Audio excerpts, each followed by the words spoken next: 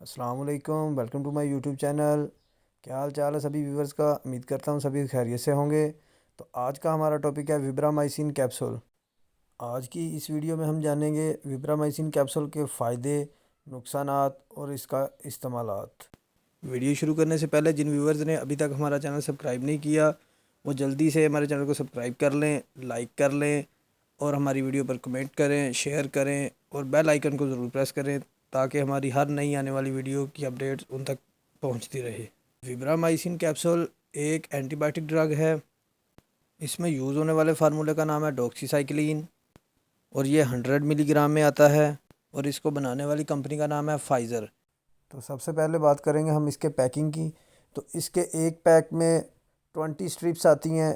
اس کے علاوہ اس کی ایک سٹرپ میں 6 کیپسول ہوتے ہیں اور اس کی پرائس جو ہے وہ ایک پیک کی 948 روپے ہے، تقریباً 950 کے قریب۔ اور اگر ہم اس کا ایک کیپسول کا ریٹ نکالیں تو تقریباً 7 روپے ایک کیپسول کے بنتے ہیں۔ تو اس کی کمپوزیشن ہم نے آپ کو پہلے بتا دی ہے، جیسا کہ وہ ڈوکسی سائیکلین ہے اس کا فارمولا۔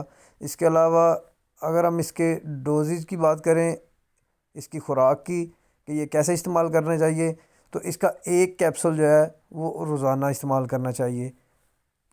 یہ تھا جی وبرامائسین کا انٹروڈکشن۔ اب ہم بات کریں گے اس کے استعمال کی، یوزز کی۔ وبرامائسین کیپسول کا استعمال ہم ایکنی کے لیے بھی استعمال کر سکتے ہیں۔ ایکنی میں آ جاتے ہیں ہمارے چہرے پہ جو دانے نکلتے ہیں، بعض لوگوں کو جب وہ جوان ہوتے ہیں تو تب نکلتے ہیں، یعنی تقریباً 12-13 سال کی ایج میں جو ہے وہ یہ دانے جو ہے ان کے چہرے پہ نکلنے شروع ہو جاتے ہیں۔ بعض کے چہرے پہ نہیں، کمر پہ نکل آتے ہیں، بعض کے سینے پہ نکل آتے ہیں، بازوؤں پر، ہاتھوں پر۔ یہ موسٹلی گرمیوں میں بہت زیادہ ہوتا ہے، یہ جسم کے کسی بھی حصے پر نکل سکتے ہیں، ٹھیک ہے۔ تو ان سب کے لیے یہ وبرامائسین کیپسول جو ہے یہ بہت مفید ہے، یہ بہت کارآمد چیز ہے ان کے لیے۔ بعض دانوں میں جو ہے وہ پانی ہوتا ہے اور بعض جو دانے ہیں ان میں پس جس کو بولتے ہیں ہم، وہ یعنی ریشہ ہوتا ہے۔ تو یہ ان سب دانوں کے لیے، ان سب کاموں کے لیے یہ بہت اچھی چیز ہے، بہت اچھا ہے۔ وبرامائسین کیپسول کے استعمال سے ایک تو یہ جلدی ختم ہو جاتے ہیں اور دوسرا اس کے نشان جو پڑتے ہیں چہرے پہ یا جسم کے کسی بھی حصے پر جو اس کے نشان ہوتے ہیں، ان کا نشانوں کا باقی رہنا جو ہے وہ بہت کم ہو جاتا ہے۔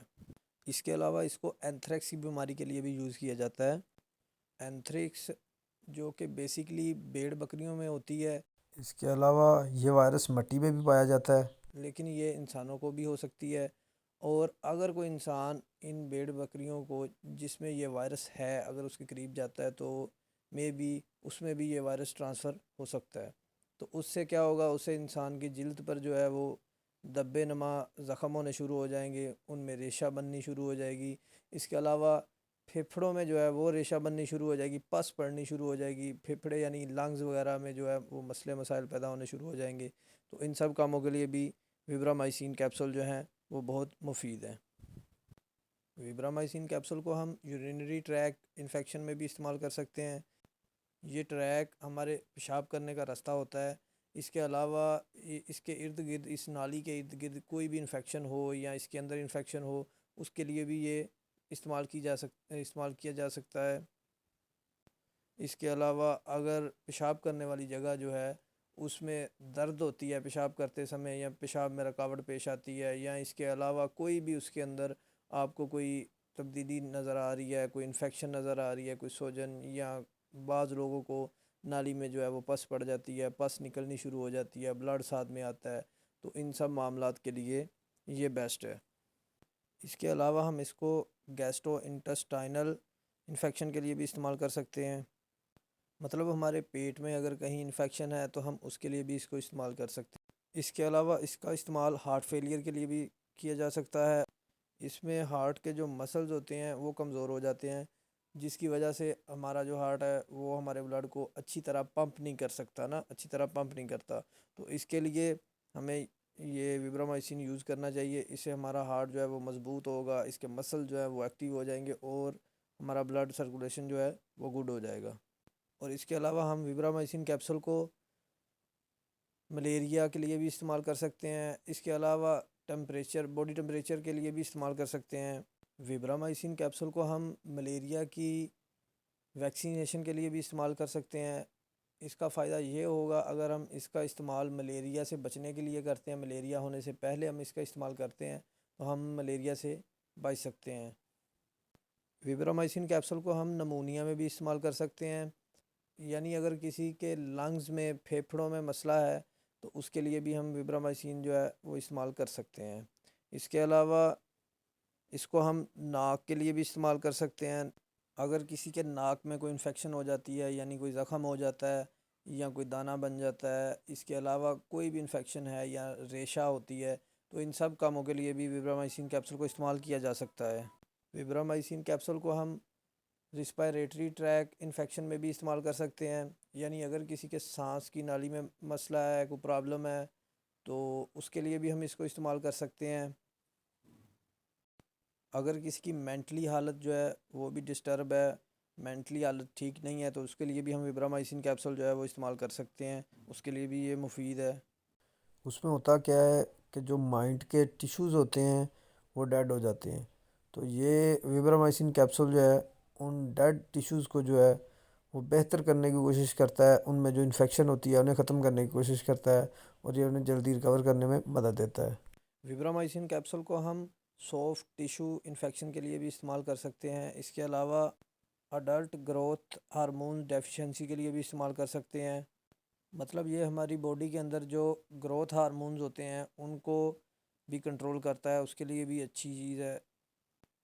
مطلب ہمارے جو مسلز ہیں ان کو بھی کنٹرول کرتا ہے، ہمارے جو اضافی فیٹس ہے اس کو بھی جو ہے یہ کنٹرول کرتا ہے۔ اس کے علاوہ یہ بریسٹ کینسر جو عورتوں میں پایا جاتا ہے اس کے لیے بھی بیسٹ ہے، اس میں بھی یہ بہت کارآمد چیز ہے۔